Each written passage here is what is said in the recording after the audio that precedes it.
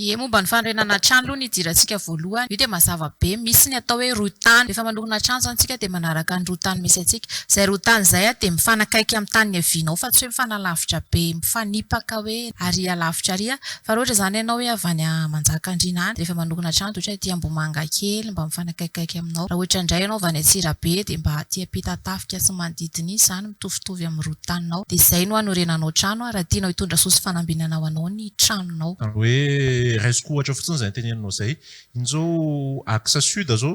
izay Antsirabe zay ohatra ny hoe RN7 dia manaka any amin'izay zany ny Atsimondrano ohatr'izay raha hoe le roa tany io resahantsika io manaraka ny roa tany ny andrefana sakabe ya